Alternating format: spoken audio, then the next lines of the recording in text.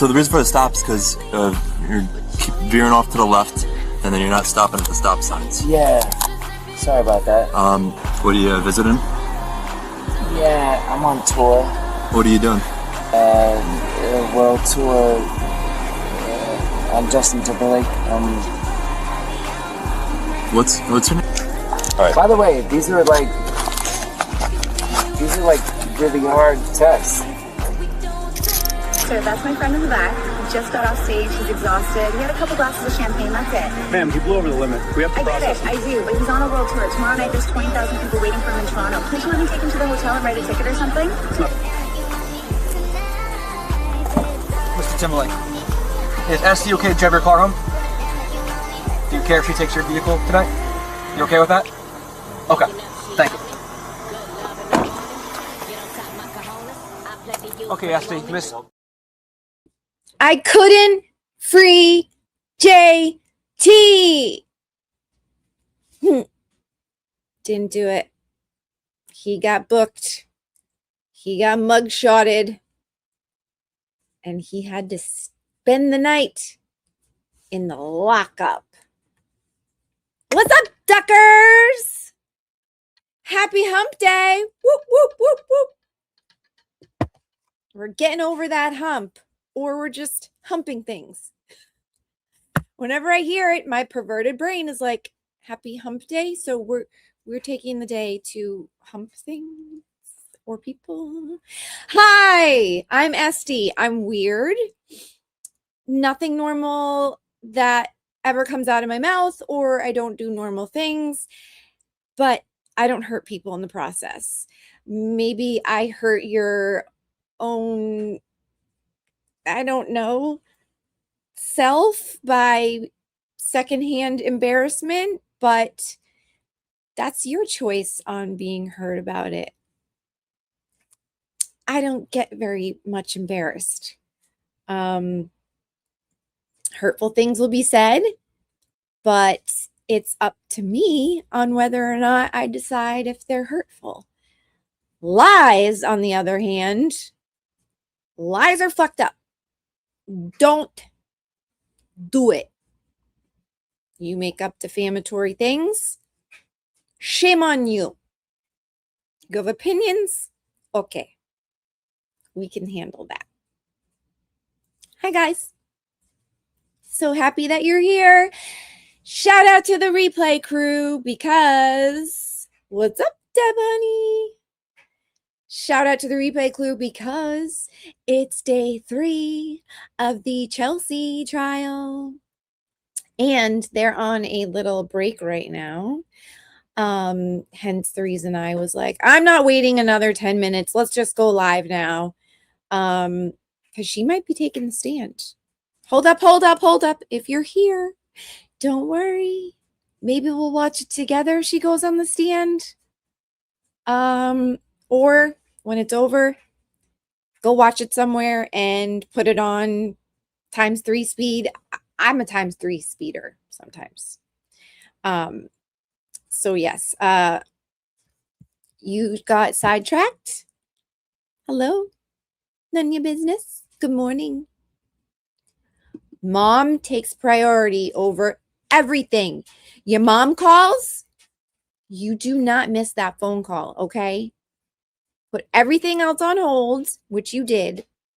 You're a good son, and you take that call. Because guess what?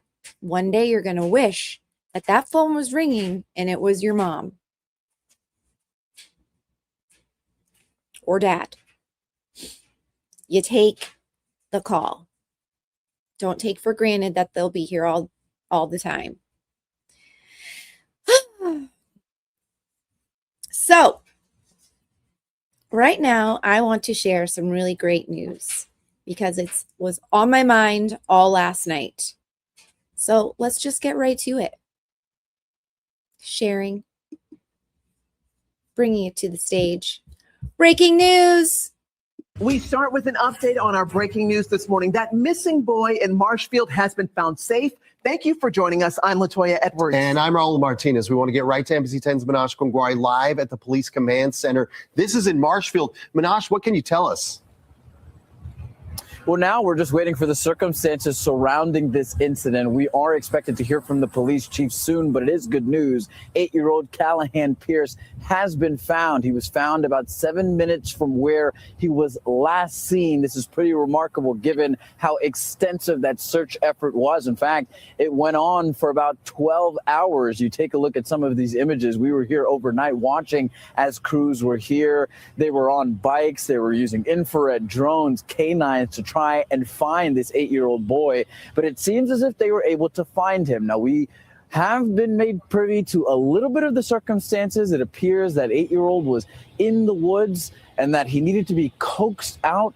His mom was also out there for several hours trying to find him, but police were able to locate that boy. They were able to get him out of the woods. They have since taken him to a hospital, a local hospital, for treatment. He is expected to make a recovery, and there at that hospital, he will be reunited with the rest of his family, and hopefully we can get a little bit more information as to how and why he went missing in the first place. But the good news is he has been found. We will continue to stay here and provide you with updates, but in real Yay! He's been found. Could you imagine? Holy shit. And I guess the circumstances was that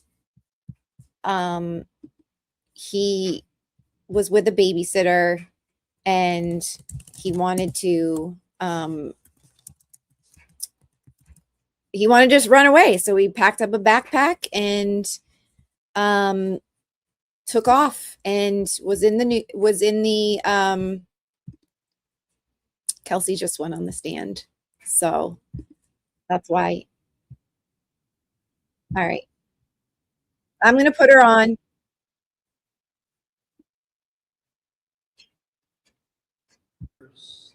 Their step, yes. Okay. Try to keep your voice up. Okay, sorry. Use the mic, like, Okay. kind of like I am, like that. Okay. All right, thanks, Kelsey. So you guys are a close family, right? Yes. And they've been with Yes, you. finally we through get this to hear from process her. the whole time, right? The whole time. When did you graduate high school? 2015. Did you go to college? I did. And where did you get your degree from? I got my degree from Fisher College. I got my Bachelor of Science in Criminal Justice. What year was that? 2020. What were some of the awards and distinctions you received at Fisher College? I think my junior year, I was inducted into the Criminal Justice Honor Society. In my senior year, I was voted in as the president of the Criminal Justice Club, and I just worked closely with campus police there and the advisor of the Criminal Justice Club.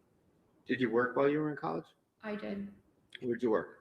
I worked for the college as a work study, and I also worked as like a host / waitress down the street at a restaurant called Cheers. Did you do any security work? Yeah, in 2016, I was hired by Fenway Park Security, and I believe I worked there in 2017. And like throughout all of Fisher College, I worked for campus police as a work study, like a dorm proctor, checking IDs of students.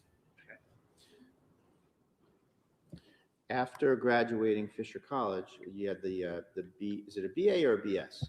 BS. BS in criminal justice. Yes. And what was your kind of goal for your life and your career with that degree? When I graduated, it was the peak of COVID, so everything got a little confusing on what my next steps were. Don't be mad, but I know that everybody is going to be covering this right now. So, I mean, we got to see her. She's going through her history. She's going through her college, her education, and then she's going to go through, her training, and then how she became a police officer, an Andover police officer, all of that stuff. And I know everybody's got all these different channels covering it, and you can watch it anywhere. As much as I really want to be like watching it myself right now, I want to give other people that maybe aren't interested, or maybe had watched it somewhere else and, like, I don't know, wants to tune into other information. So amazing that Callahan, the 8-year-old boy, has been found. Could you imagine? Thank you, Nanya. Executive decision, and the board approves. So yes, that is amazing news. I can't imagine what those parents were going through, especially putting your child into the hands of a babysitter. It's scary. It's unimaginable. I mean, I had a babysitter that I was looking into, even just, I mean, I was babysitter. I was once a babysitter. Then I was a nanny. Nanny is, you are basically helping to raise those kids. I went through a whole professional nanny course and got certified for it. And then, I mean, you are an upgrade from a babysitter. And my starting wage when doing that, I think, was like 15, and I was a nanny in Dover. And then I got up to, it was 18 an hour, working some long hours, like 8 to 5 or so. I got to pay off some huge credit card bills, debts, and some towards my college financial aid. So it was a great, like, getting out of college, still, for me, like getting out of college, and then that college debt that you acquire. College. Yeah, college worked for me. Words. Hello. But yeah, it was great. Especially since I loved being around kids. I couldn't wait to, be a mom myself. And I love family dynamics, being a help with them. And my last year of high school, I went to a vocational technical school, and that is where, for 1 week, I was getting early childcare education, certified in that, and then another week I'm doing school. Yes, it was a trade school. Just my senior year of high school, I did that. It was wonderful. And guess who else went to the same? He's older than I am. I think he's about 5 years older. But LTL, he went to the same vocational school, trade school. It was great. It was so great. It was great to just meet different crowd of people too. And like I said before, I was somebody that, growing up, I needed to try everything. I needed to experience it all. And so I went through my whole, the stages. I was an athlete, then a dancer, then I went into a gothic stage, and then I went into a hippie stage, and then I went into a preppy stage. And I think I found my sweet spot. And then friend groups as well. Like, I just didn't want to be just stuck in one thing. I needed to experience, and I still, in life today, I just want to experience it all.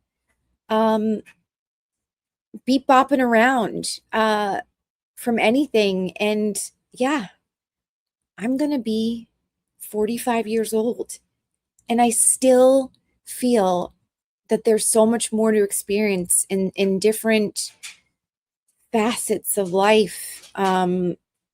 And I don't think I've actually found my niche just yet. You know, being a mom has 100% fulfilled me in so many ways. So that is definitely one that was always on and in my heart to become.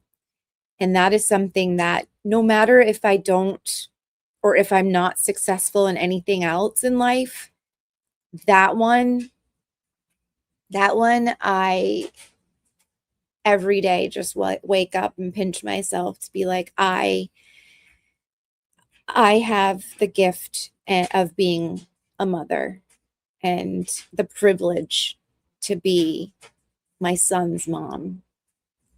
Whoa! I am not going to get all cheesy and cryy. No emotionals. No emotionals. Keep those in check. But yeah. Parents get it. You know it. You've created these beings and they count on you, and you're their guides through their early life until you set them free, hoping that you have given them all the tools and set their moral compasses right, to then head out in this crazy world. But also letting them know that no matter what, we're team family and can always count on each other, fall back on each other. Hopefully not always feeling like the fallback is always a first choice. You try it on your own. But falling should kind of not be expected, but you're not always going to succeed at what you try at first. You might get kicked around, you might fail, but that's not the most important part. It's about how you pick yourself up and you try again.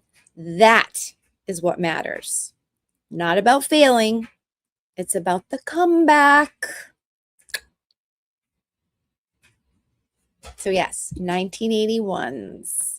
Yes. Where are all my fellow 1981s? Best fucking year. So yeah. You, me, Turtle, we're all 44. That's right. 44, about to be 45, about to be 50. No, we embrace that motherfucking shit. We have survived on this planet for 44 years. And soon I'm going to say I have survived on this planet, on Earth, for 45 years. That's an achievement. That should be something we celebrate. Yeah. And once we hit 50, it's going to be even more fabulous. 50 and fucking fabulous. And it's going to be okay. We embrace that shit. All right. Now that we've just talked about all that stuff, let's head over to Barry Lewis abuse. Barry Lewis abuse corner. Bam. Barry's just gonna take me out. He's gonna be like, Esty, you suck. Esty, you're the worst. Esty, 8 months of my life betrayal because of you. Context. Barry Lewis is a man living in Florida. He's never been up here to Massachusetts during trial 1 or trial 2 of the Karen Reed trials. He just inserts himself everywhere thinking he is the smartest man in the room. But yes, yet he uses those smarts to abuse you. He just thinks everybody is dumber. He knows it all. And he will just say that you're the worst for trying to help me, but you're the worst for also trying to help me. But then when that person was the worst, you came in to try to help me, and now I fucking hate you. That is Barry Lewis in a ball. Barry Lewis, go away. Oh. Esty, I would have guessed you're in your 30s because I am. Heather Davis, mama, look at that picture. Yes, girl. Take all the selfies while you still got that body. Take the selfies from the front, from the side, from the back. Take them all. Listen, you're going to wish you had those pictures when you're a lot older. It doesn't mean you need to share them with anybody either. But if you want to, there's no problem with that either. Put those things on social media. And if people have opinions and judgment about it, just say, that's none of my business, right? None of your business. What people think about you is none of your business. It's about how you think about yourself. And when you took that selfie, girl, you were feeling it. You were on fire. You were like, this is selfie worthy. Don't let anybody take that away from you. You wanted that shot. It's yours. Let's go. This thought never occurred to me as a man. What thought? Taking selfies? Yeah. None of your business. Pictures can just stay in your phone of yourself. And you look back at it. I was chubby all through high school. I've worked very hard to see. Fuck it. And you don't need to explain that to anybody either. Or you can. And that's a clapback. If they're like, oh, look at her, all thinks she's hot. And you'll be like, fuck yeah, I am. Hottest I've ever been. But you probably were just as beautiful. It's just the judgments and society that makes you feel that you need to be a certain way. I get it. But also, I think that you just need to keep being you and rocking those selfies and pictures. That's amazing. That hard work needs to be celebrated. I'm very, very, very proud of you. So show those pictures everywhere and fuck whoever says anything about it. All right, so let's go to the Barry Abuse Corner. Now that I always get sidetracked. So let's find our little Barry Abuse video and then we'll get into it. Hit it. You see this look you're getting right now? Christy? Keep going. MSP is going to be called every fucking day.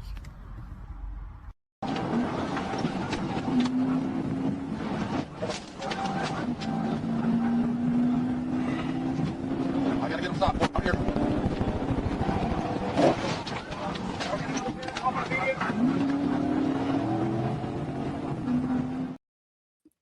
Did MSP catch you? They're chasing you, Barry. No more phone calls to MSP. They said, Barry. Enough. No more calls. All right.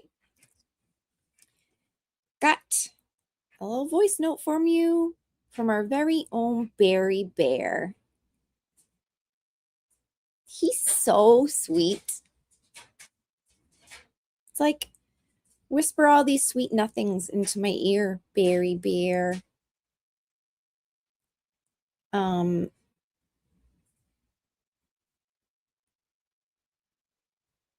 right. Here we go. 1 minute and 7 seconds of Barry whispering sweet nothings to me.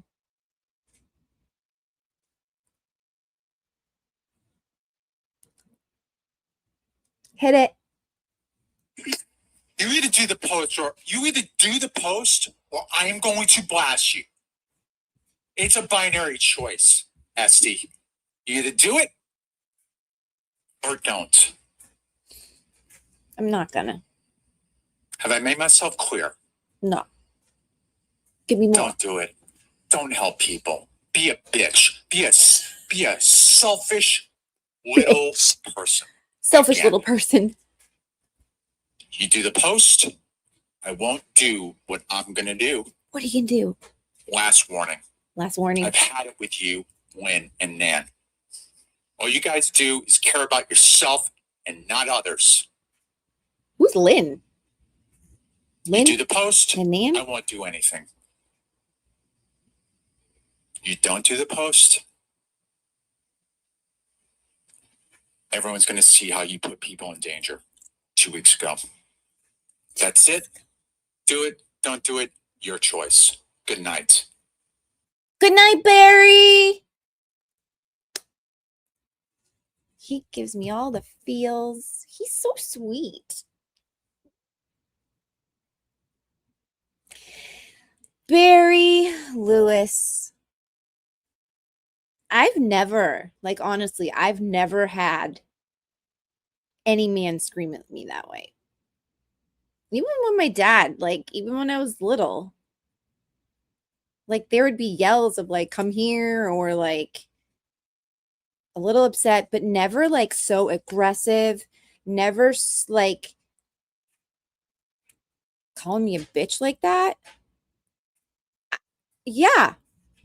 I hate yelling. When there's yelling in this house, I immediately shut that down. Immediately.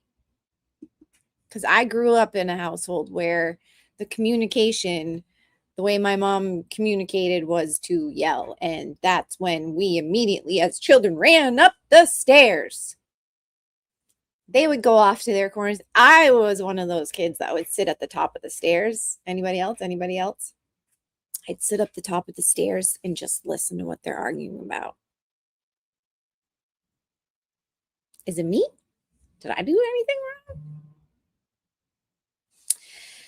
Ooh. And so I said to the husband, that is absolutely not what we're going to have in this household. No raising of voices, no yelling.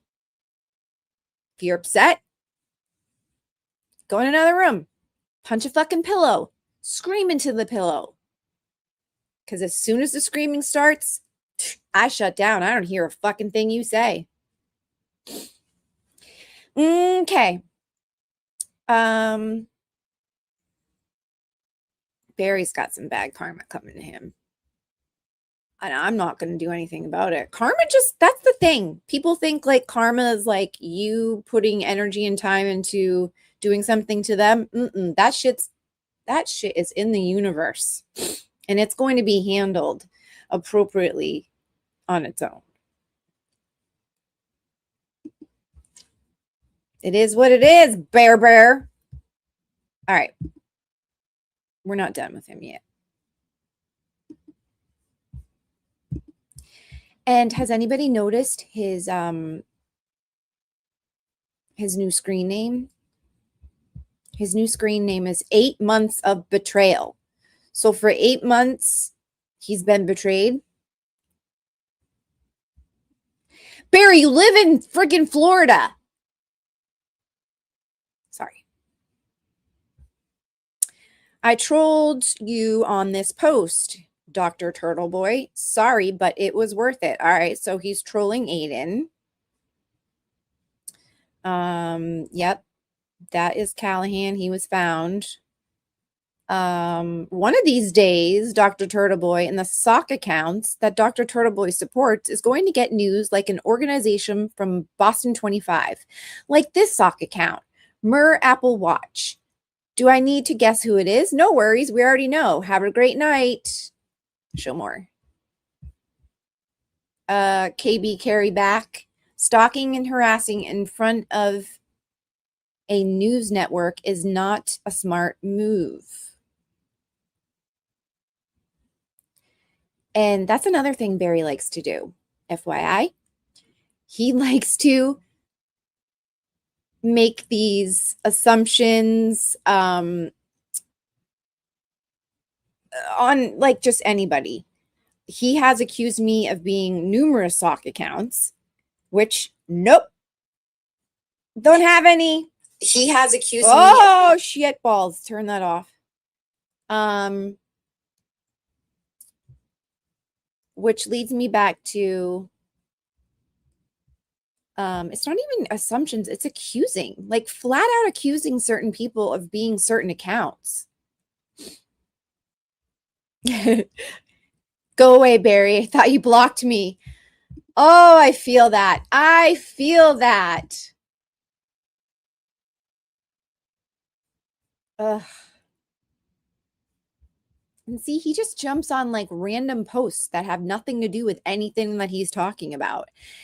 And he'll be like, yeah, what about all my betrayal of my betrayals of betrayals from this and that person of being this account? And then he jumped on to reply to Aiden when, or Turtle Boy, when he was saying that Noonan, Officer Noonan, when he was saying on the stand that he was a righty, but here he is writing his name or something with his left hand.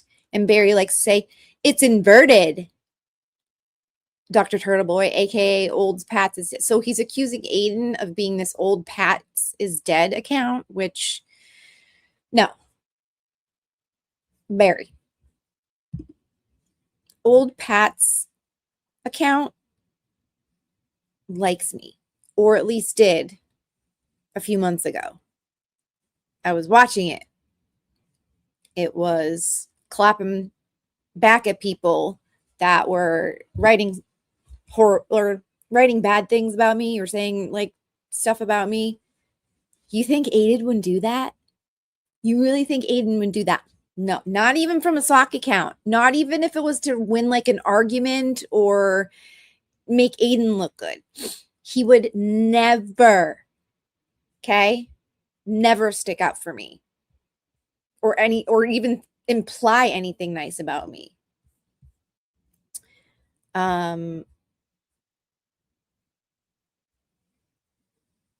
So here's one.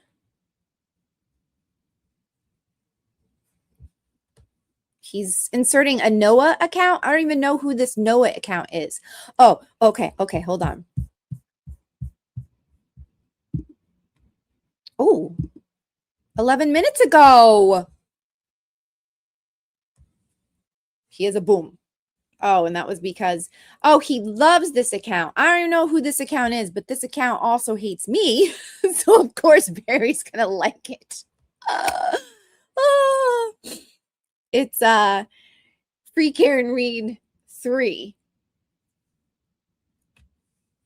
I don't even know who that account is. And for me, accounts like this that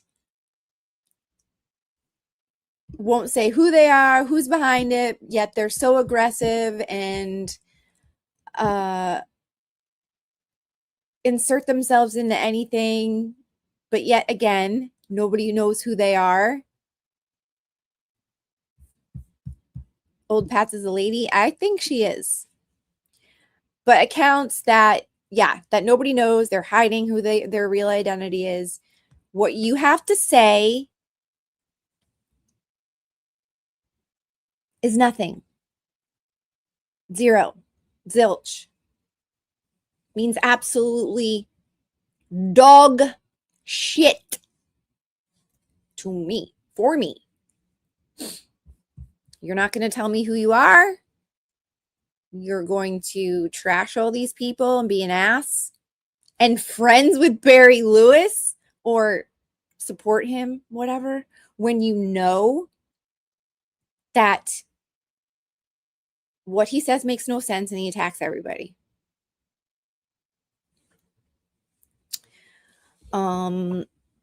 There are other accounts that, yes, they keep their identity to themselves, but have talked to me in DMs to let me know what's up. I respect that shit. What you say then carries weight for me. That's just how I look at it. But if you're a fucking ass troll and you can't put your real name to what you're saying, I don't give a shit what you say. You'll get a laughing emoji, or I'll just ignore you. Shoo, shoo, fly. Shoo, shoo, go away. Okay. Let's see who he's been replying to. You're projecting again, Christy. Eve 6 is not Christy. Morning, Keza. That's not Plebin. Kane is Abel. See, he loves this me account. Just replying to that account all the time. Yes. So this account, Data Girl, that's Christy's new account because they hate Christy getting out the truth, blah, blah, blah. So they always like mass report her. So let's go check my girl out. She never disappoints. On her post, my dog just scared the fucking shit out of me. Oh, is it because I knocked?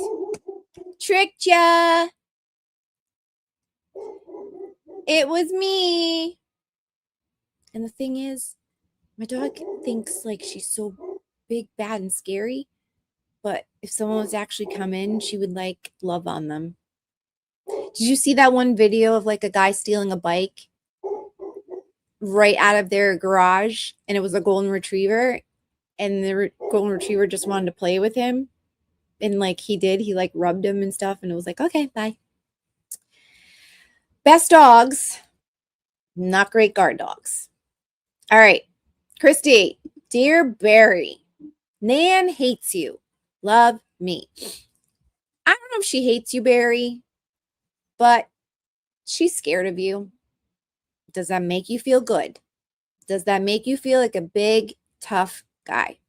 And look, say what you will about Nan. Some of you, she's not your cup of tea. Cool. But to watch a man from Florida man, who only just talked to her online, never even met her in real person, caught feelings, and then Nan wasn't feeling it anymore. So she broke it off with him. And this grown man from Florida man, decides to fucking flip the fuck out, make it everybody's business, tell everybody what Nan did to him. This is what Nan did to me. Da da da da da da da. You got your heart broken, Barry. You're a grown-ass man. Get the fuck over it. And then you make everybody feel like she did you dirty, did you down bad, whatnot. And so then they feel bad for you and want to defend you. And then you get mad at those people for having those feelings. So it's crazy. It's just crazy that all of that stuff even just came out of my mouth. Yep, this is real life.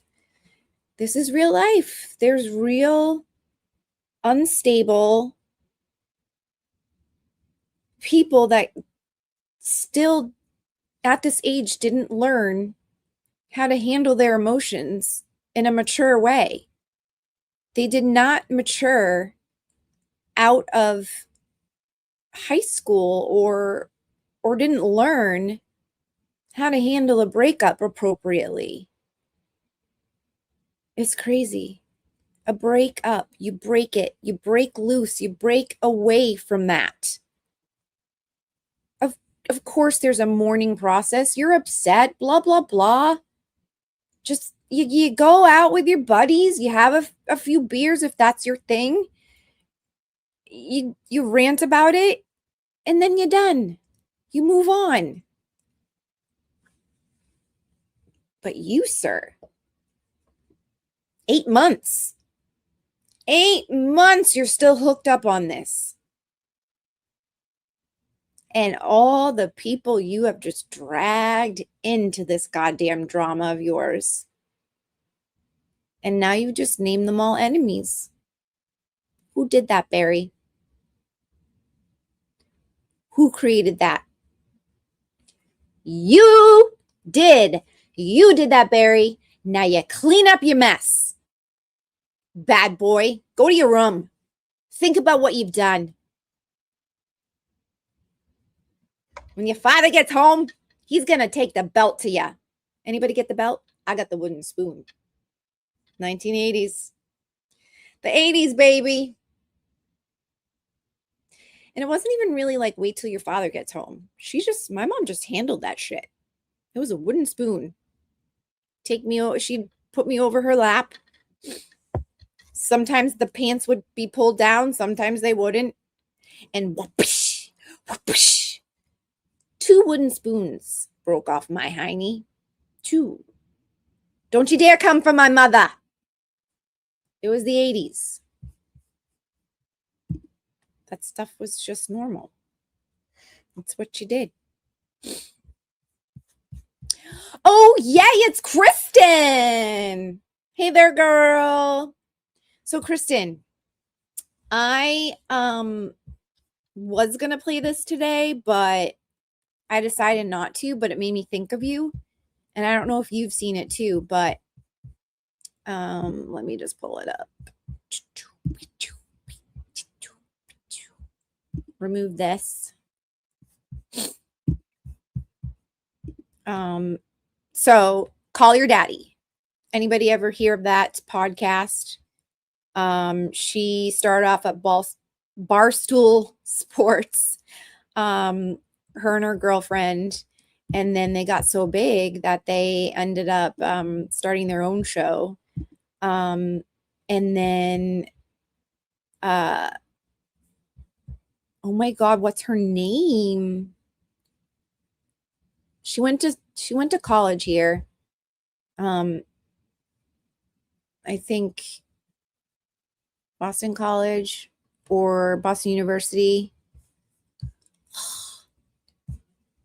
Oh my God. I'm like, what's her name? It's underneath here. Call her Alex. Alex. Yeah. I forget her last name. It's not important. But she interviewed 6 months ago. She interviewed Taylor Frankie. But I'm like, I think I'm just over it. Yeah, soccer at BU. And yeah, I don't even know if I want to hash into it. It's like, I don't even watch it either. I just pulled it up. But I'm like, nah. So, okay. So yes. So while we still are kind of on X, let's go back to it. Let's go back, jump in. Because we removed ourselves just in time. My alarm went off. It went, boop, boop, boop, boop, boop, boop, boop. You were on X way too long. You almost got infected. We got to keep those negative energy balls off of us. Okay, so we came out. We ready to go back in? Let's go jump back into X, okay? Are we good? Okay, look, I'm going to do it, though. Take one for the team. I'm going into X. You just stay right there. Safe and sound. Nice and clean. Going in the dirt. Going in the mud. For yous. Because I love yous. All right. See what I do for y'all? Share that screen. Going in, guys. Here we go. Circle, circle, dot, dot. Getting my X shot. I'm in. All right. So I don't even know if I want to even pull it up, though, because I don't know where it is. Oh, I took a screenshot of it. That's right. All right. Well, while we're here, let's just cool. United Airlines is launching a relax row. Cool. Mattress pad, pillows. Cool. Even though I have a hard time, like, shut up. Oh my God. I have a hard time sleeping on planes. Oh, stop it. Let's watch this.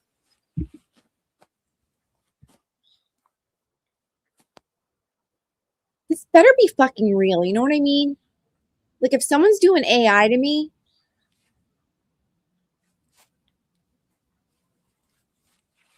Because how is it that we're hearing all the sounds? Can someone confirm? Was that real?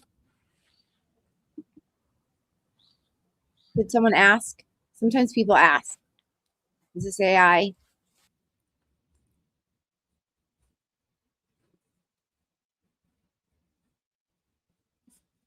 Someone ask. Come on, do us a solid. Nice AI. Okay, so someone's claiming it is. Yeah, I think it's AI too. The stuffy looks too clean. Sienna, yeah. He looks too clean. Around him looks too clean. The sound is good. I mean,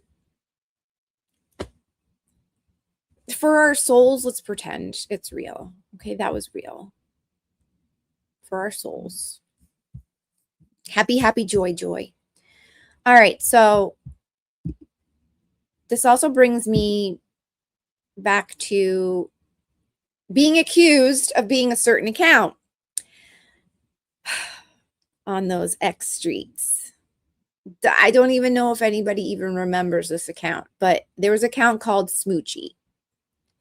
I was aware when it came on the scene because it was stepping in all the mud with all the dirty players or fun players, however you want to see them.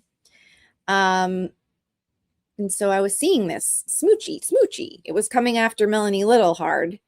And it actually DM'd me to bring my attention. I think it was that account or maybe somebody else, but somebody brought to my attention how Melanie Little was talking to her viewers saying, and how did Esty even get in the courthouse to begin with?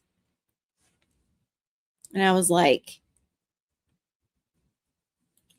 I can tell you if you want to DM me. So this is my public personal announcement to Melanie Little. Melanie Little, I was in the courtroom because Karen Reed personally asked me to help with logistics, be part of the small team to help with logistics during the second trial. I didn't pay my way. I didn't do anything nefarious. It was Karen making the call, and I said yes. So that's why I was there. I didn't bump anybody else out of their seats to get a seat. I never asked for a seat. I just happened to be on a list of having a seat that next week. Sunday night, we would find out. That's all. So there you go. So the Smoochy account was not me. Is not me. And it's even proven now that Smoochy was this account called Your Honor Help or Help Your Honor, something like that. She also has a TikTok account. And she is friends, as they all say they are, with Meredith O'Neill. And we all know I am not. So there's that, because a lot of people were jumping on being like, oh, there's Esty being this fake account. No, I'm my account. So happy to clear that one up. Okay, so I know that this one's kind of fresh and hasn't really gone anywhere yet as far as like hearings and stuff, but the murder of Monique and Spencer Tepe, is that how you say it? Tepe or Tep? That one was crazy when it hit the headlines, and we hadn't heard much about it after it came out, and then after, you know, it was found out to be Monique's ex-husband. I mean, they were very briefly married. He was a doctor. I mean, the guy seemed to have his life going for him, but he had demons. He didn't have self-regulation tactics, tools, resources, no impulse control. AKA might be book smart, but very street dumb. Yes, hit that like button, subscribe, bell, all those YouTube things. Much appreciated. So we have who is covering it here? Ashley Benefield. So we'll just go check her out just for a brief. I haven't listened to it myself, so we'll go into this together. But when that came up, I was like, yeah, we haven't heard much about that in a long time. I want to know what's going on. Where did you go? Here you are. Viewers, I'm super excited to bring you Drop Dead Serious. If you've been watching my podcast over on Drop Dead Serious, I'm bringing it to you here on News Nation as well. We've got a great collaboration that's going, and I'm super excited that we're doing this and that you're here for it. And by the way, this is only the beginning. You're going to see regular content on the News Nation YouTube channel that is Drop Dead Serious content. And by the way, head over to Drop Dead Serious and check out our merch and all of our other topics that we're covering as well. Without further ado, this is Drop Dead Serious on News Nation's YouTube channel. Cool. Hey everyone, I'm Ashley Banfield and this is Drop Dead Serious. And holy hell, there is some breaking news out of Columbus, Ohio on the Tepe murders, and it is jaw-dropping, it's earth-shattering, and it's very sad. Okay. And it's also very disturbing. There are new autopsy findings that have come out from the Franklin County Coroner's Office, and honest to God, not what I thought. Not what they told us originally. Way different. This is our very first, and I'm not going to lie, horrifying look at how Spencer and Monique Tepe were murdered inside their own home, inside their bedroom, just feet away from their two little children. The details are just, well, listen, they're brutal, but they are so informative. They tell us so much about what happened and the anger, the seething anger that this killer had. Okay. This wasn't a couple of shots, guys. Hit it. This was not. Spencer Tepe was shot 7 times. 7. Not just a couple. Remember they said several times, and Monique once to the chest. Not even close. He was shot 7 times. 7. He was shot in the head, the torso, the chest, his extremities. I have details on all of those shots and what many of them mean. The details of each of them is so illuminating, but it is also very sad because these shots tell a story. I'm going to walk you through them all and a couple of thoughts as to how they were delivered and from where and what he might have been doing. And then even more kind of breathtakingly sad is how long it took him to die. No. When it comes to Monique, remember they told us she was shot in the chest? Yeah. Much worse, and much worse than Spencer. This is even more tragic, you guys. She was shot 9 times. Not once to the chest like we were told, 9 times. If you do the math, 9 shots to Monique. I'll tell you in a moment where she was shot and how informative those injuries are. And 7 shots to Spencer. That's 16 gunshots total. Now, some of you may be gun enthusiasts. Some of you may not know anything about clips and magazines and 9mm or any of that stuff. But they do have a gun that they seized from Dr. Michael McKee's home in Chicago. And they said the weapon is associated with the murders. We also know that there were 3 9mm shell casings that were found at the murder scene. Look at that. There were 16 total shots. That means 13 shell casings were taken out. But there's more than that. And listen, I got a million theories about that. If you're firing in the nighttime and it's dark, or maybe it's not dark, maybe the lights are on, but you're firing and there's death and there's frenzy and blood and you got to get out of there. Yeah. Maybe you'll collect what you could find. You found 13. You didn't find 3. Maybe those ended up in the bedding or under the bed or somewhere where he couldn't see, or she, whoever the killer is. But the alleged killer is Monique Tepe's ex-husband, Dr. Michael McKee, vascular surgeon, practicing just outside of Chicago. So yeah, there were 16 shots. I can also tell you that I got a 9mm weapon, has a clip that holds 15. There were 16 shots. 1 in the chamber. 1 in the chamber, 15 in the mag. There you go, 16. So you can do this with just 1 gun. 9mm gun with that kind of magazine. He wanted it empty. 16 shots. Okay, so back to Monique. Monique was shot in the chest, in the torso, She was also shot in her arms. And the saddest, most disturbing detail is that Monique Tepe, beautiful Monique Tepe, brand new mom of a 17-month-old and a 4-year-old, she was shot in the face. Monique Tepe was shot in the face. I'll tell you exactly where in a moment, but I also have information on how long it took Monique to die. I've also got the toxicology results, including what Spencer and Monique Tepe were and were not taking, and why one of those details and findings is just so incredibly telling about the circumstance that they were living in. And fortunately, I have one of the best forensic criminologists in America today joining me on this episode. She is way smarter than I am at this stuff. As she puts it, she speaks blood fluently. And her ability to lay out the wound pattern analysis in that Tepe bedroom is exquisite. Her name is Dr. Laura Petler, and trust me, you're going to want to hear everything that I don't know if I want to hear everything though. So trust you? I want to hear everything? I don't think I do. I don't think I do. I want to know what's going on now though.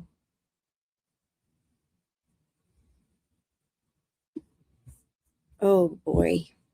Statistically significant that we usually find, like, whatever the trigger is or whatever the catalyst is, within sometimes 7 days, but 30 days prior to the death of the victim. But I don't know that I've seen it as much. we got that. We got the report. Dry run alleged on the 6th of December. It's 24 days before the killing. So yeah, I mean, 30 days. if that is all true. Yes. Oh boy. Yeah. So I don't know. Had you guys been following this? Like when you heard it when it came out? That's just, man. Breakups. Right? Love, obsession, and then not knowing how to move on. There is millions of people in the world. There's so many ways to even reach out to those people as well. I mean, there's online dating. You can talk to like anybody. There's other people that you're going to find things in common with. And it's your mind. It is your mind that is controlling to make you think that person was my person. How dare that person now have them? No, nobody is anybody's. Nobody is anybody else's property. Nobody else deserves somebody else.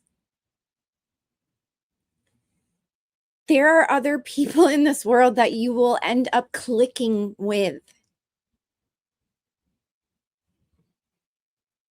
Hi, Salem, you're new. Let me go back. I feel like there's a conversation been happening here. Salem 534. All right, we'll get. Just let me finish up with this. But yeah, see how far things can get if you are consumed with thinking about one other individual and what they did to you, and then so concerned on revenge and filled with hate. You end up not thinking rational thoughts. You end up thinking things that, I don't know, if you were to look at yourself as this is weird. I don't know why this popped in my head, but look at yourself as a child. Look at that person filled with so much hope.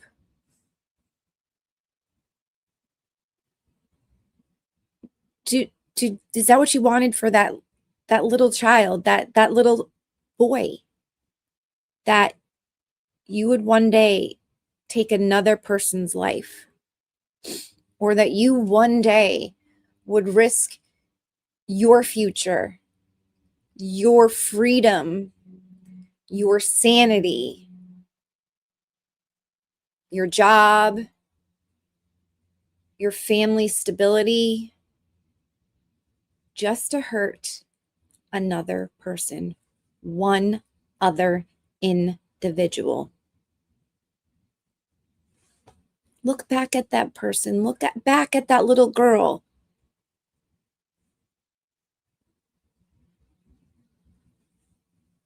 Look back at them and love them and say, this is not the future you should be having.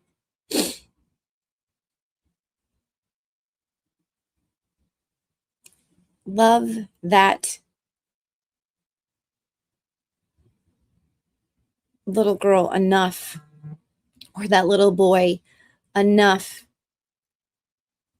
to want the world. I mean, the world, you can't give yourself the world, but you can give what is possible by what you have in a positive way. Playing victim and wanting revenge and hurting other people is going to make you stay stagnant. You are not going to move forward at all. In fact, you will move back. You will move in reverse in your life. Things will be taken away, either freedom, financial stability, all that stuff. You are hurting yourself. You have the power to say, fuck it to all of this other stuff. Fuck it to that person that hurt me. And don't even think about them anymore. This is your worst enemy. Get out of there. And if you can't get out of there, reach out for help and support to somebody professional that can help you do that. Because you're not giving yourself good advice. You're not loving yourself enough to make good choices. And so maybe you need to reach out to somebody that can help you to do that. And there is absolutely no shame at all in doing that. And people that shame you for that, fuck them. They're probably stagnant in their life. They're probably heading backwards. They're regressing themselves. Move forward. Do what's best for you. Because there is a whole fucking wide world. There's a lot of opportunity and there is a lot of people that you will find somebody that will love you and that you will love them. I don't know. Maybe you need to even reassess what love means to you. Because love is not possession. Love is also not really unconditional, as people say. And just because someone uses the word love also doesn't mean that, oh, they love me. I did it. Made them fall in love with me. Now I can relax, be myself, treat them however I want to treat them. No. Love, especially in relationships and marriage, cheesy, but it is work. I know that word, work. It's not just something that just happens and then you coast.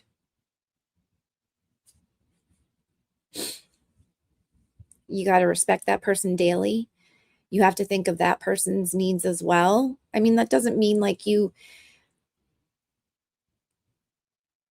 put your needs on the back seat. It's just, it's intertwined, yeah, it's just, okay.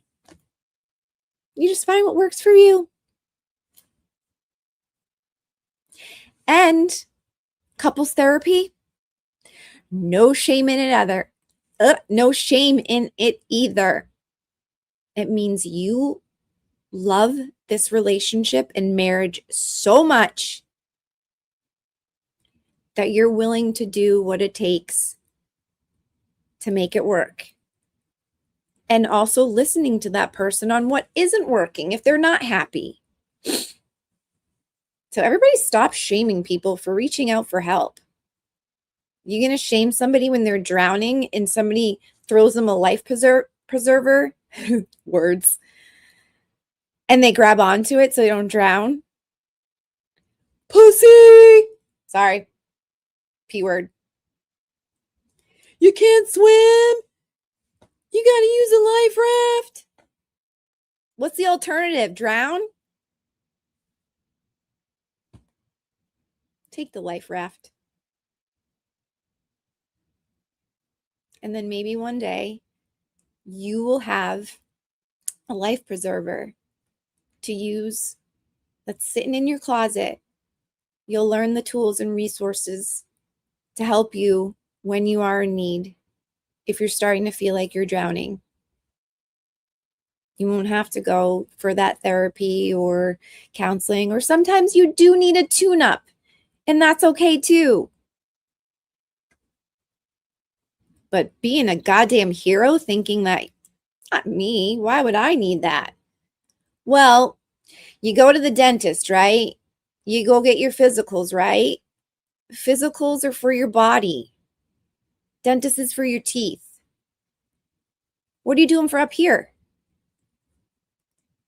I know you're filling it with social media and you're filling it with X stuff happening. But are you filling it with positive things? Are you filling it with tools to get through some really tough times? We aren't just a physical being. We have a mind, and that mind can control us more ways than we think. And I'm an overthinker. I know that about myself. So that's why sometimes when I'm overthinking, I got handy dandy tools right here. Okay? Earbuds. I have 4 of them because sometimes I lose them. The buds themselves, the thing inside. Because I have one in my right and I lay down on my pillow on my left, and then in the middle of the night, it goes somewhere because I fall asleep listening to stuff. If I don't fall asleep listening to, or if I'm not laying in my bed without something else speaking, that's when I have a hard time falling asleep because my mind starts racing. Pro tip: if you're an overthinker and you're laying there in your bed, not falling asleep because you're thinking of all the things you have to do the next day or all the things you fucked up that happened the previous day or that day. Oh, I shouldn't have said this. Oh, I shouldn't have done that. Oh my God, I hurt that person's feelings. Or, oh my God, like I flipped off that driver when I shouldn't have. It was really my fault. Or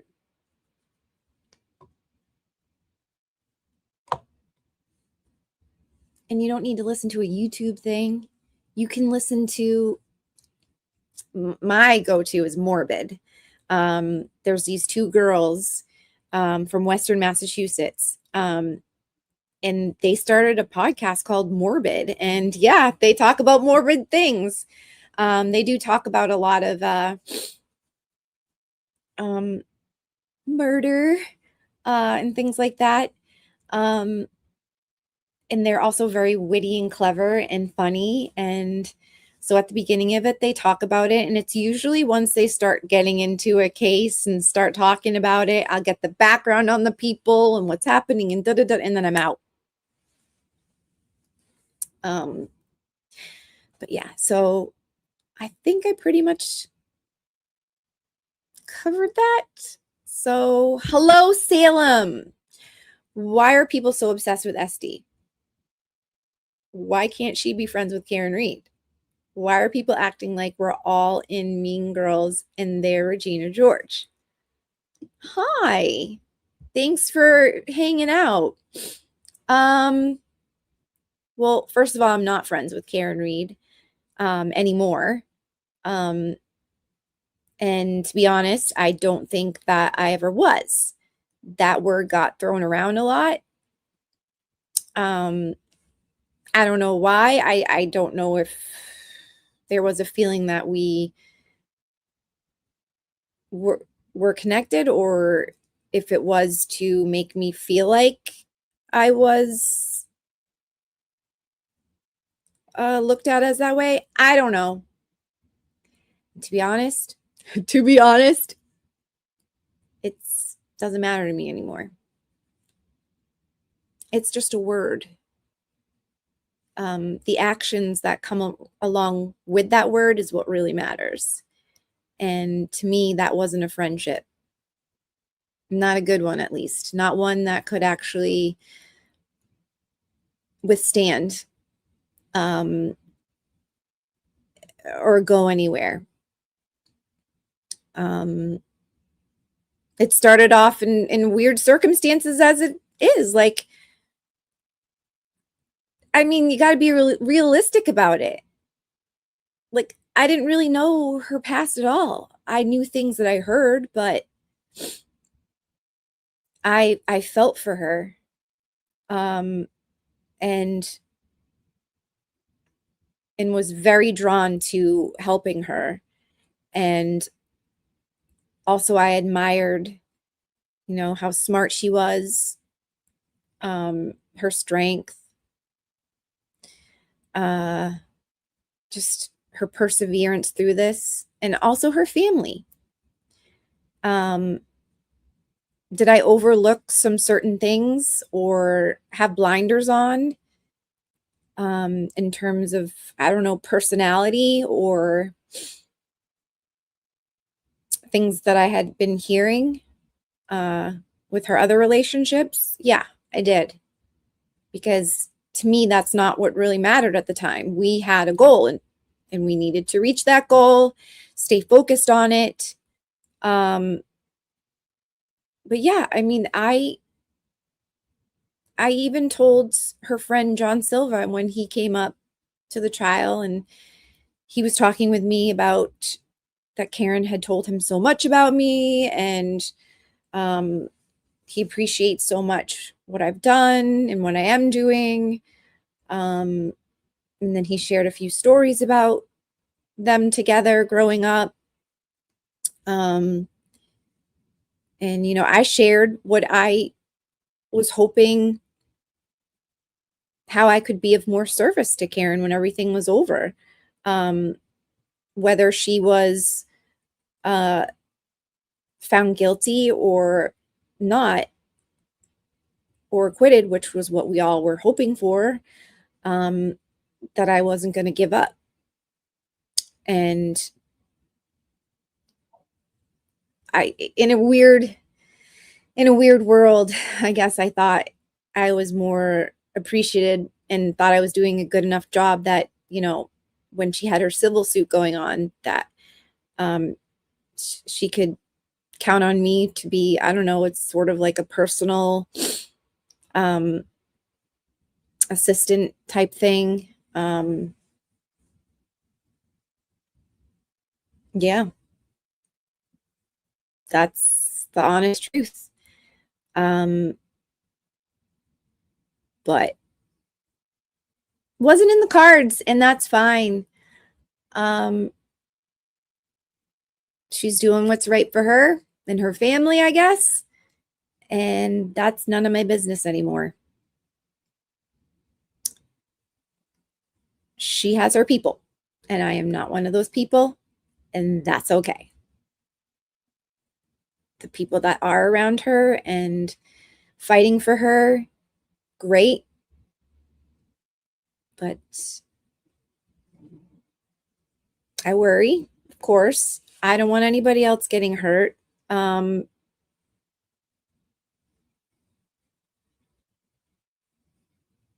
Yeah. I also just wish she didn't do Aiden so dirty. That's just me. That's just me. And he should have had the first interview, flat out. I know some of you might not feel that same way either. But that's my opinion. This is what I get to share here. Some of the moves that were made wouldn't be moves I would make. That's okay. All right, Salem, thanks for that.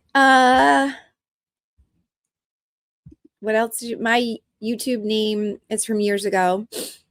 I've been following Esty on Facebook. Oh, cool. Hi, sweet lady. This is Tiffany Remedies. Thank you for being here. Hi, I've been listening on TV. Only just put chat up. Hi from the pond. Hello, hello. I love your picture. What do you think they compete for? Karen's friendship, attention from Turtle Boy. I don't get how these real people going through real serious criminal trials and things. My opinion on it is YouTube creators, this is their business. So in terms of competition, I don't know. I've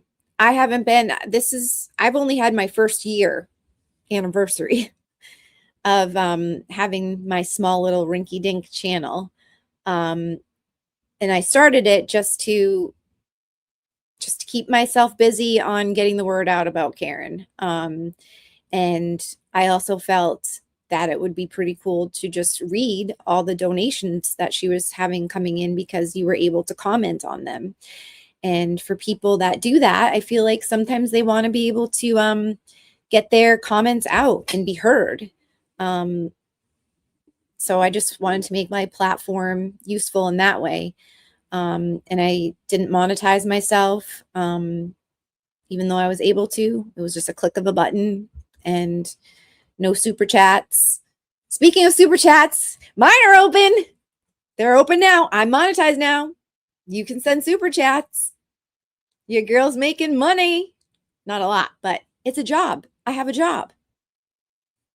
Can't say I'm unemployed.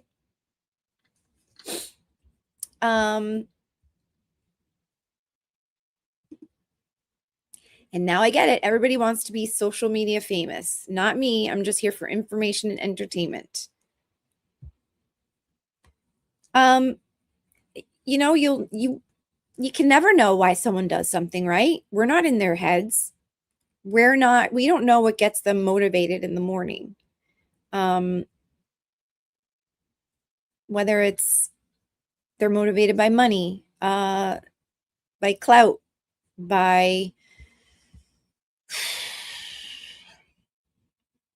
fame, any of that. None of us really know, but a lot of us jump to judgment. That's for sure. A lot of us, there are many people who think they have other people figured out. Purple Kool-Aid, for one. He says that he clocked me right away. He figured me out right away. But the man doesn't even live here in Massachusetts. I'm right here in the heart of Boston. I'm in the thick of a lot of things. I attend a lot of things. Boston City Council. I'm on the board of my own district.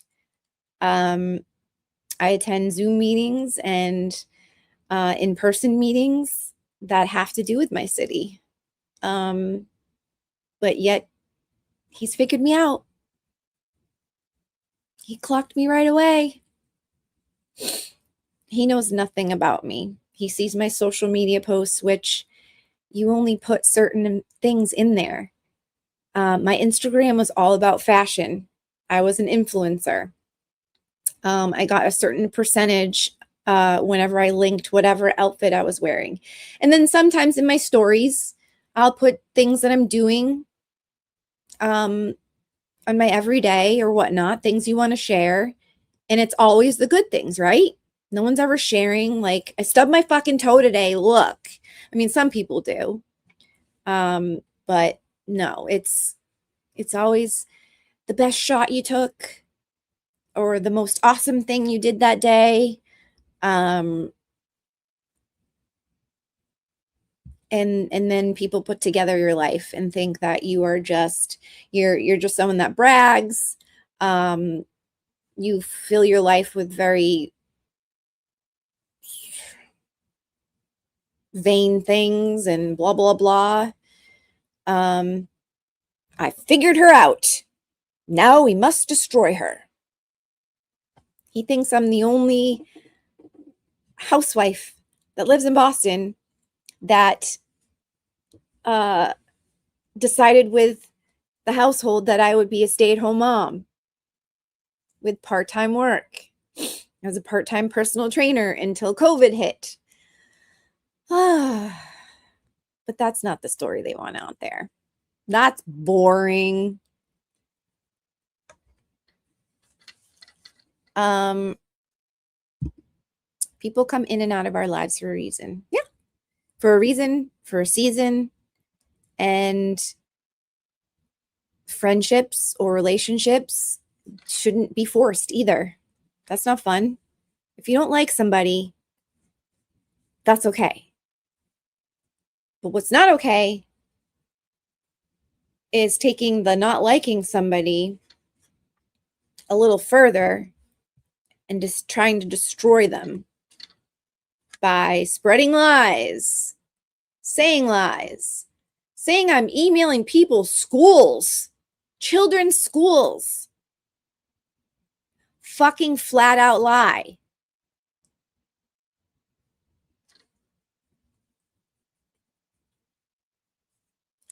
Damn.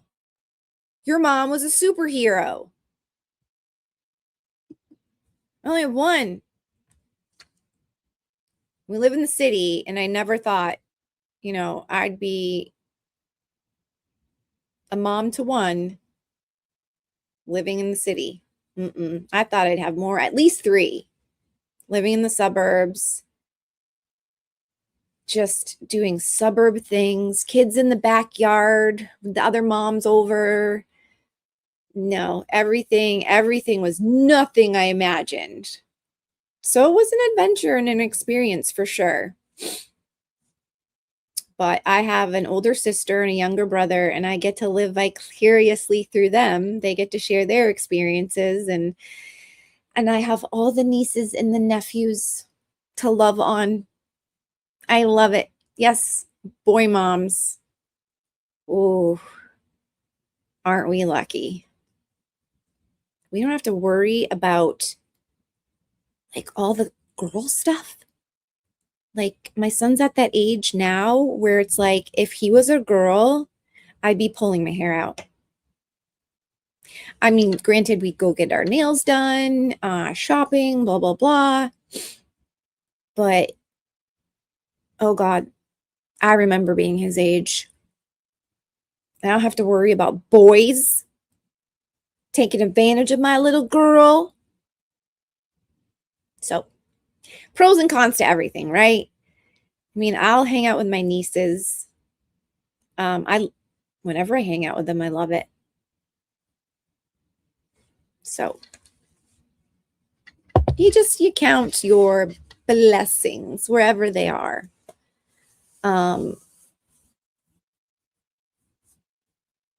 Yes. So, when talking about my neighborhood and helping out wherever I can, possibly doing all the things for my community, this came on the news. So we're going to go to local news corner. So where's my little local news corner video? Hit it. Please. If I say Massachusetts State Police to you, what's your first reaction? Criminals. What are your first thoughts when you hear Mass State Police? Ooh, if you asked me that maybe 2 years ago, I'd say, oh, okay. Protection, power, and on our side. You ask me today, I think there's some bad apples that need to be removed.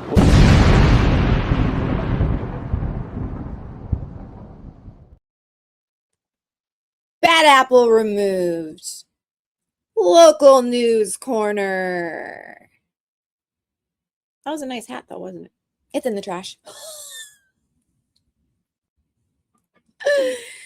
I didn't want it in my house. I didn't want the bad energy, and it's okay to throw things away. It was a cute hat though. I had it made, custom made. I just needed that energy out of this house. So, local news corner. Let's go to it. Because this man, young adult, I'll call him, is going to become my new friend. Fact on fact. Image file.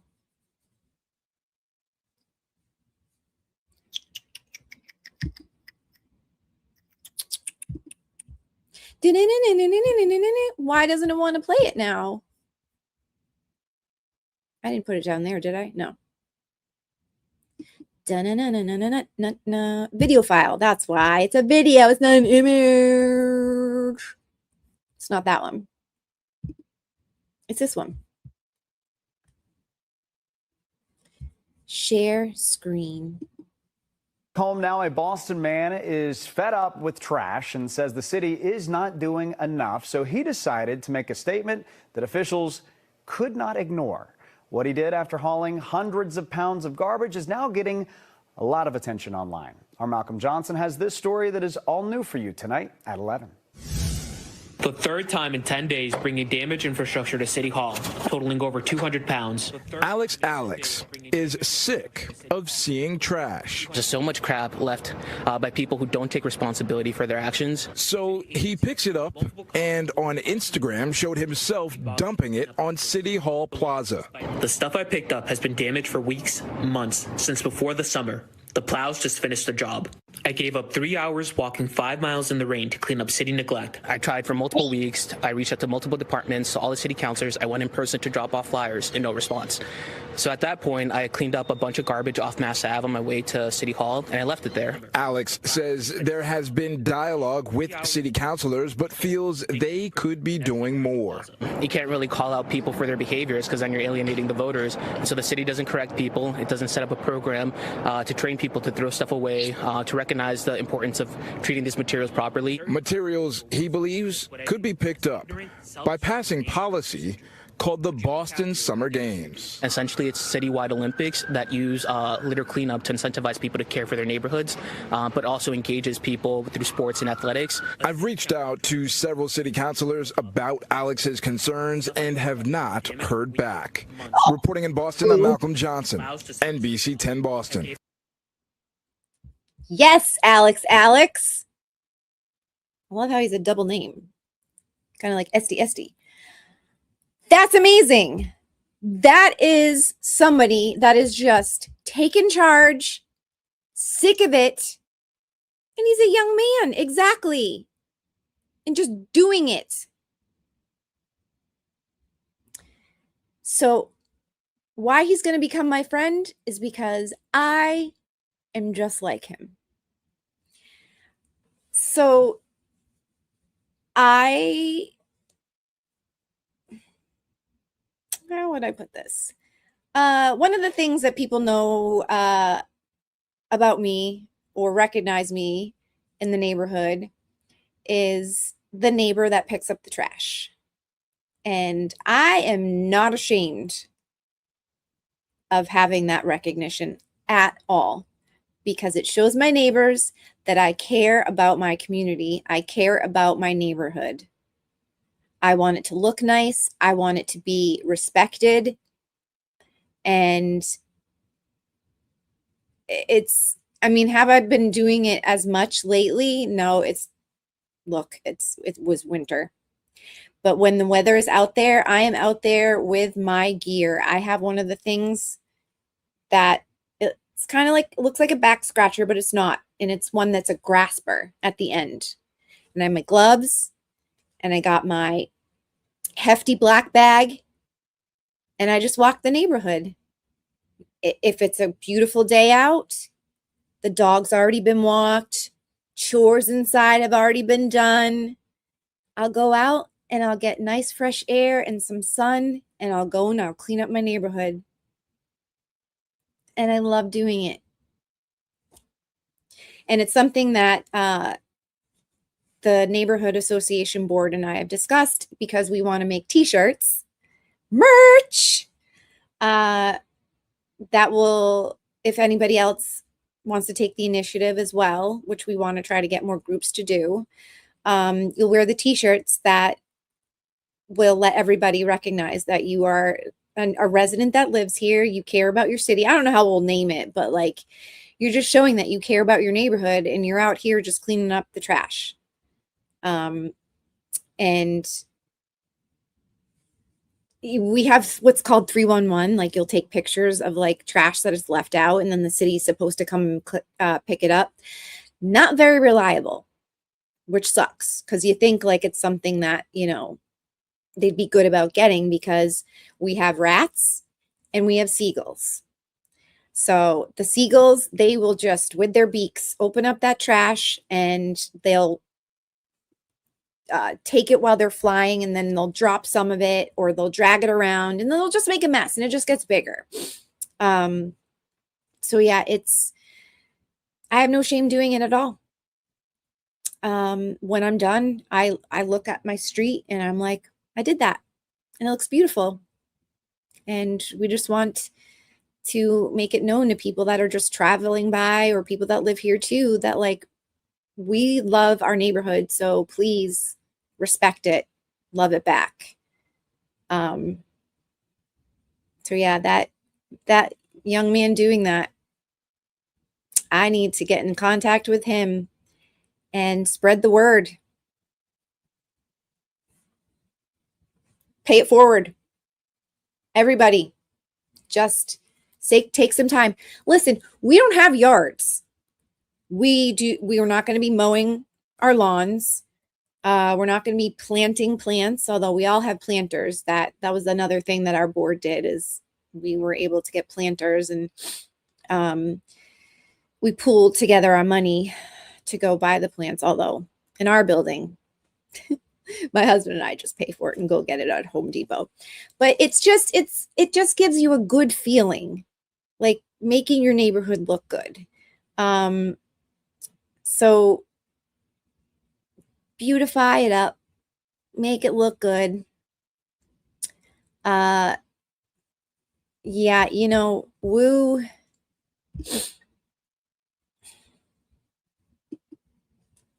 Oh, it's so disappointing. She's more worried and more focused on, and this is going to be controversial talking about it, being a sanctuary city and all that stuff. I mean, look, I don't know what it takes and feels like to be a mayor, but what I do know is safety is number one. Okay. And the safety thing is still an issue.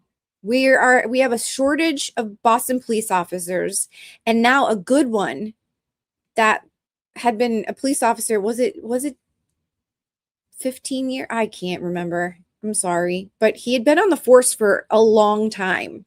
He was a veteran, and now he is charged with manslaughter. So it's just crazy. It is. I mean, just the other day, I was walking home and two guys were shooting up again. And I ran because I gave him a dirty look and I was like, oh, fuck, now they're going to get me. I don't know. I couldn't help my face. I made a face. And it shouldn't be that way, that you have to be walking by, going to your house after running errands, and you see two people shooting up. We should have the treatment centers for them. And the people that are providing them the drugs to shoot up cannot be released on no cash bail. They're the ones that should be really handed the sentences. It's just nuts. I know we do have a lot of shelters and services, but those places too are very scary for some people, I guess. We have women's shelters too, just for women. But the thing is, when you are an addict, you don't want to get the help, and you can't go to the shelters with any type of paraphernalia on you. So, all right, the other thing I don't know. I think we need like a cleanser right now. I hate going from heavy stuff to heavy stuff. You're talking about a new idea. I don't know if anybody knows a man by the name of Marshall in Free Care and Read. Him and I are no longer friends. He really disappointed me this summer. He jumped on the hate SD train. He wanted to believe all the lies that were being put out there. And I messaged him a message venting my frustration to him and everything. And then he went and gave it to Aiden for Aiden to share that message on his show. Thanks, Marshall.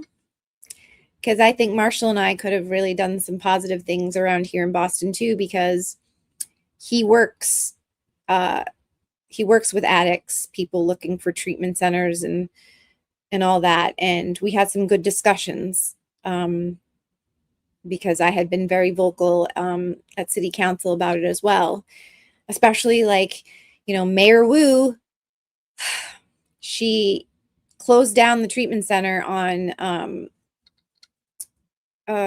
Pleasure Island because the mayor of Quincy, the infrastructure, it wasn't very safe anymore, so they closed it. The deal was they were going to rebuild that bridge, and all of a sudden the mayor of Quincy was like, nope, you're not. I'm the mayor of Quincy.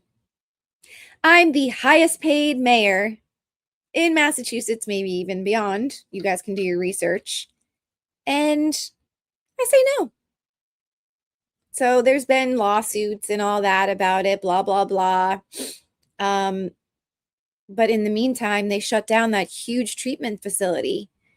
And no treatment facilities around could take up the capacity of what was needed. And these people ended up falling back into their addictions. And it's just sad that some of them really wanted these treatments. I'm not saying all of them did. I'm sure many were able to, but then there was jobs that were lost too. The whole situation just sucked. And then there was no plan B. But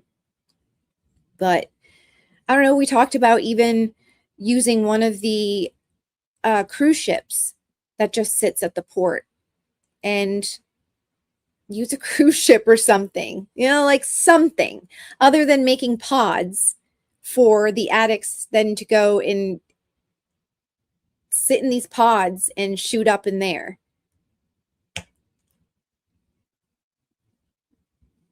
It doesn't make sense. We need to be more compassionate to these human beings suffering. And that's why it kind of frustrates me when this is another controversial subject that a lot of people might not agree with either. But it's just something that just keeps coming to my mind, where it's like, we have veterans, we have just addicts on the streets that are in need of our help. And we, the taxpayers, are thinking like that our taxes are being used for good and to help with these people. Yet what we're doing is, we're helping. I don't even want to get into it, but we're letting our brothers and sisters, mothers, fathers, veterans that are also mothers, fathers, brothers, sisters, suffer while we're giving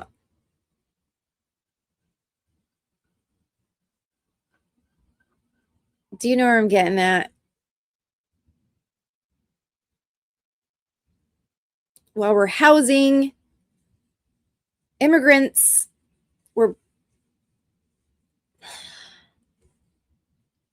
I just look at it as that you help your own people first. I mean, this is a crisis, okay?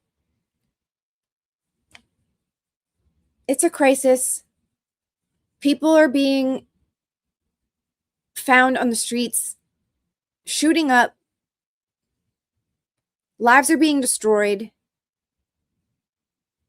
Our own brothers and sisters, born and raised here.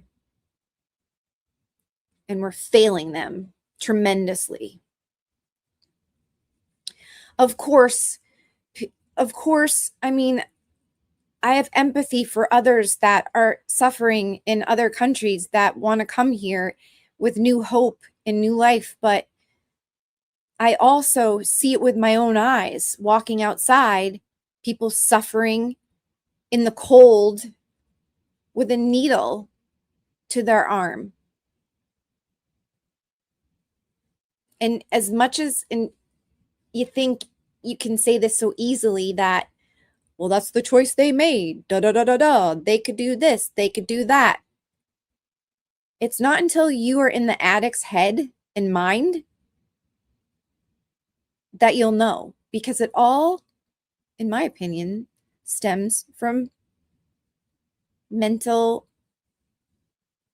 illness a bit. And what made you run to that drug in the first place? Did you get addicted because you had an injury and a doctor prescribed it to you and you got hooked? Or was it introduced to you by your friends and then you fell in love with it? Because it turned off all the other things in your mind that you were silently suffering with. Where if you had the health care, or if it was, I don't know, available to you with no cost to get the treatment and therapy to talk out what's going on. This is deep, guys. It's very deep. But these are the thoughts that go on my mind, and I am just blurting it out. Nowhere on this notepad did it say I'm going to have this discussion today. Nope. She went rogue. She went off script. Whoops.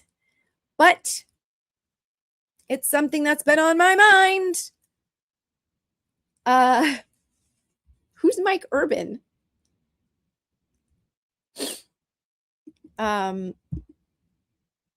Or some don't think they have access to doctors or hospitals, so self-medicating. Exactly. They think I can't afford that. Or they think, like, who would want to help me? I'm not worth it. He talks about city issues. I'm going to have to check him out. But yeah, that's why sometimes when I just get frustrated, and I've been known in the past to just go stand outside with a sign, especially when I got roasted for holding a sign about during COVID. It's because I was inside listening to NPR, love NPR, and yet they lean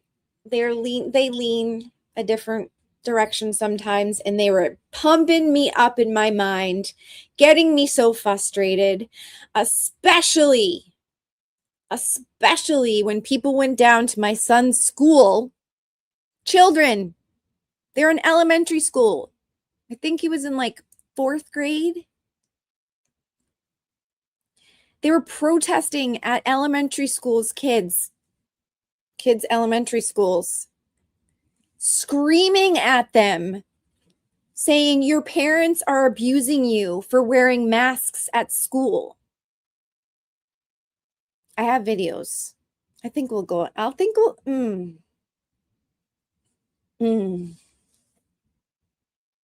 I think we might have to go over that.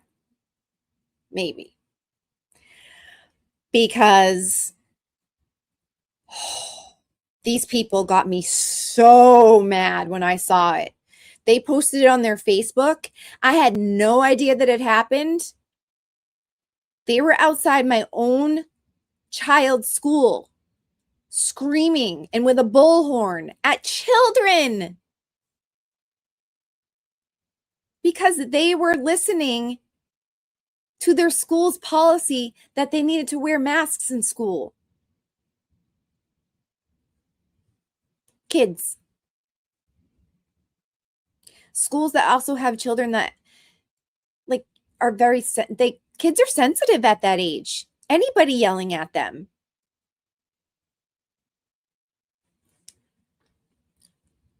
Not okay.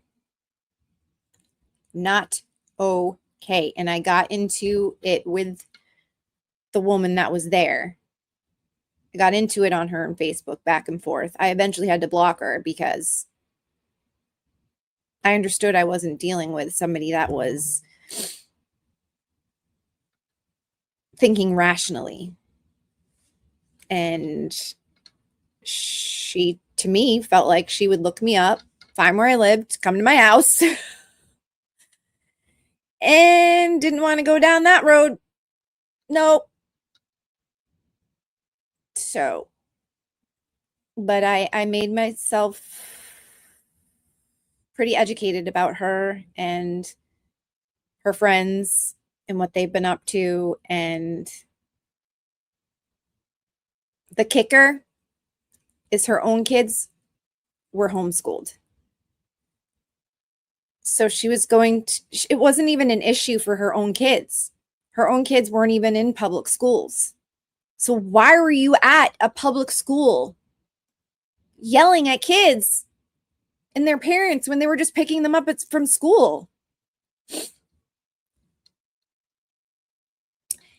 Ew. Okay. Ew. Ew, ew, ew. Not a good person.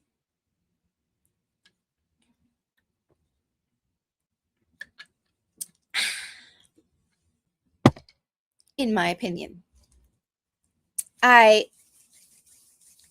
Let's round up this because I said so. Nancy Guthrie interview. Her mom's still missing. Oh, did I just say Nancy? I'm sorry. No, she's still missing. There was no interview. Not found. Still missing. Horrible. But Savannah did an interview on the Today Show.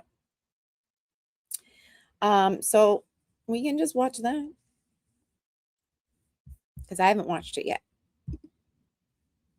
So let's close out of that thing and that thing. And she's being interviewed by a friend of hers, her co-anchor, Hoda. So that this is deep.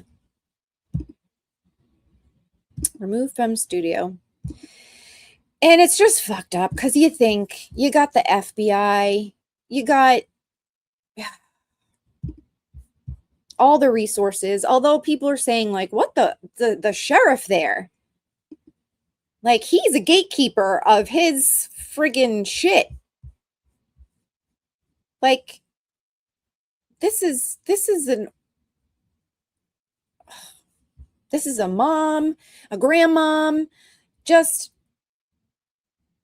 and you have all the resources. All right, let's hear her talking with, this is Savannah Guthrie with Hoda Kotb. Someone needs to do the right thing. We are in agony. Yeah. We are in agony. It is unbearable.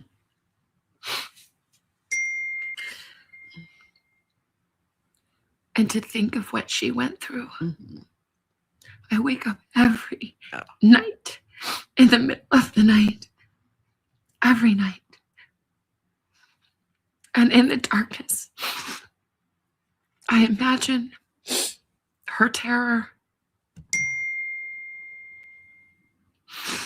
And it is unthinkable, but those thoughts demand to be thought.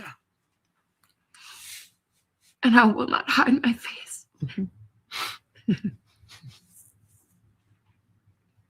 But she needs to come home now. Yes. Someone needs to do the right thing. We are in agony. Ooh, that's heavy.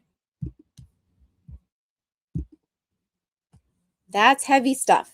Those are real emotions. Those are real tears.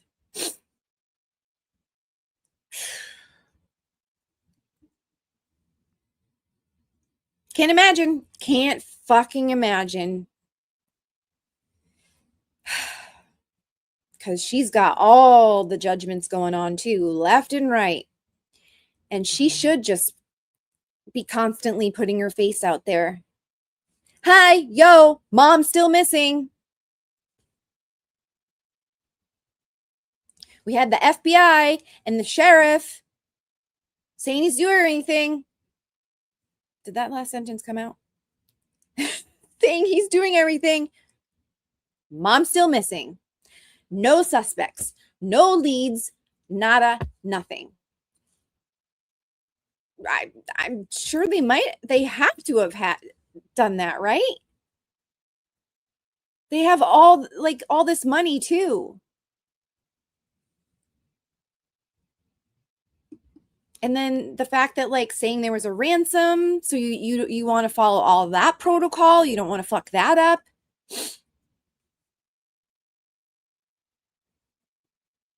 I was just looking at, I have Kelsey on the screen right now. I'm not hearing it or anything, but then somebody, forget that. Someone just made a comment on the screen. And let's just keep it positive, people. Let's keep it positive. Can we do that? Just a little positivity. Look at that, the shimmer, shimmer, shimmer, shimmer, shimmer, shimmer, shimmer, shimmer. Okay. I'm secretly doing the pee-pee dance. I am. Because this is half coffee, half Quest protein shake. That's what I like to have for an in-between breakfast and lunch snack. Protein.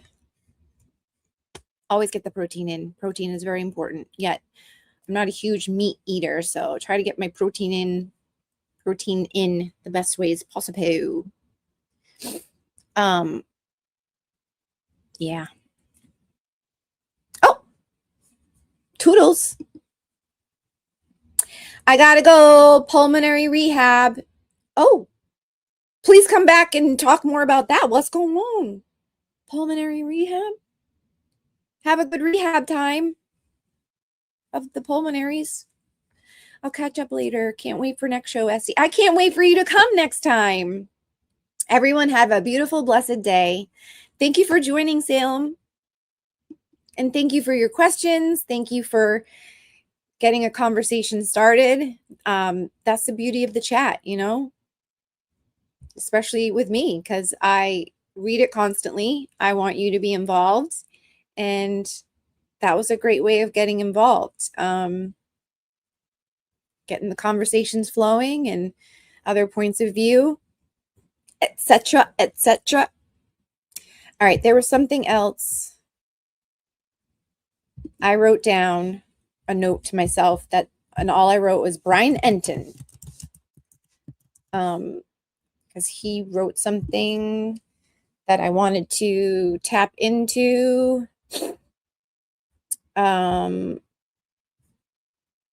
Oh, it was the Savannah Guthrie interview. So we did it. We did it, Tommy. And I mean that with all due respect. It's become a thing, Brian. I don't mean it as an insult at all. Just like feeding of the ducks, okay? Feeding of the ducks it started as an insult. Run with it. Turn that insult into your thing. Yes, I have to pee. So we'll just dance it out, right? She's on something. Is she doing pills? No. I have a weak bladder. And that's all it is. Because I'm trying to wrap this up. But I also don't want to go. That's how we get ourselves in trouble. Right? Right. But that's okay. All the cool kids pee their pants. You aren't cool unless you pee your pants. So yeah, we checked everything off on my little handy dandy notebook. We did it. We did it. We did it. We did it. Fundraiser for the O'Malley family has reached a whopping $468,463. That speaks volumes. TMZ, I mean, Justin Bieber and Usher, there's a scandal going on there. If that's your thing. I mean, come on. Why doesn't Justin Bieber just say it? In my opinion, he's alluding that he was molested by Usher.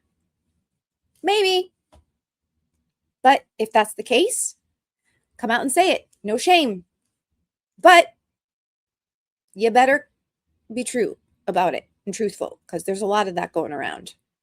I mean, the Mass State Trooper, right? We just found, no, she was just a Plymouth police officer, or was she a state trooper? Oh, Jesus. But there's allegations of sexual abuse there. So I'm wrapping this up. Try not to pee my pants. But this was fun. I hope you had fun. This is what we do here. But I know I'm going to give you a little treat because you guys always want it. So I'm going to give it. Because I like to always give you what you want. Let's feed the ducks before we go. It's ready, go. No, it was called feeding the ducks. Well, it is. That's what we're doing right now. We're feeding ducks. Come here, duckies. Eat it. Eat it. Chew it. Swallow it. Don't bite my finger. Ooh, be nice. Ooh, close one. Feeding the ducks. You like that, ducky? Take it. Take it, duck. You like that, duck? We're best friends, duck. You want more? Don't be greedy. Feeding the ducks. You're feeding the ducks. You're feeding the ducks. You're feeding the ducks. Who? Me? Feed the ducks?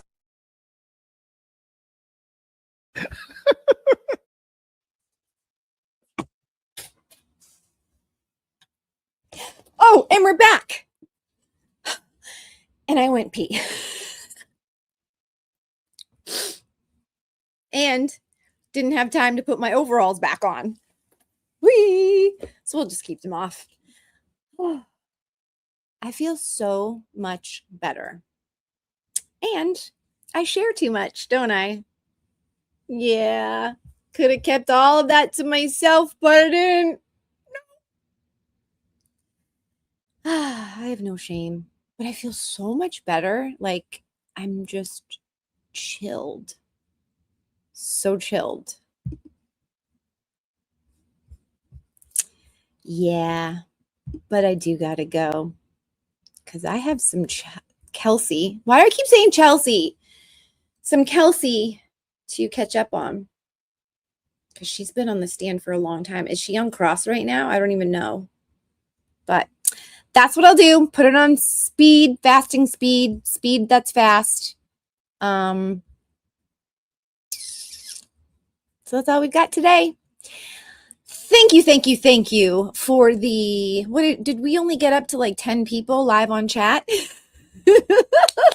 Whopping 10. But I mean, the Kelsey's trial is on, guys. The expectation of a lot in there.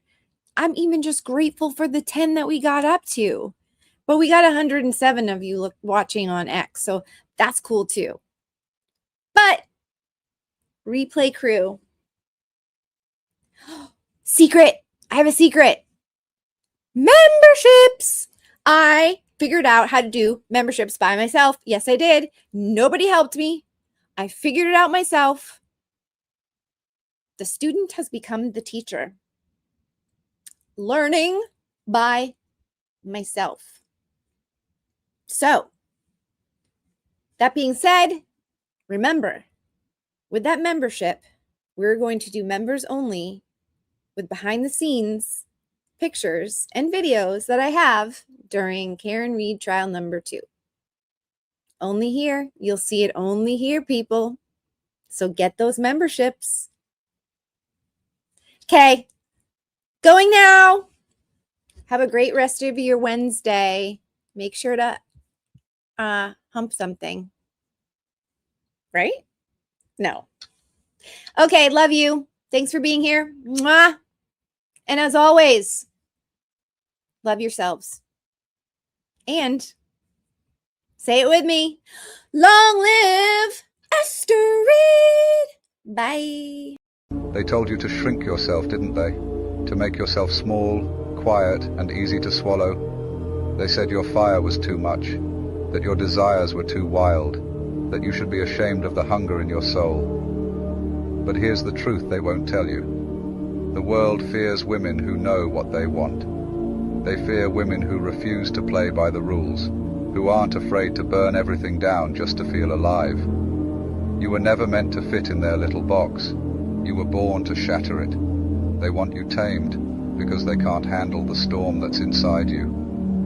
But why should you apologize for being powerful? For wanting more than a life of empty smiles and shallow conversations? You deserve to be wild, to be unruly, to take up space unapologetically. Stop dimming your light for people who can't handle your shine.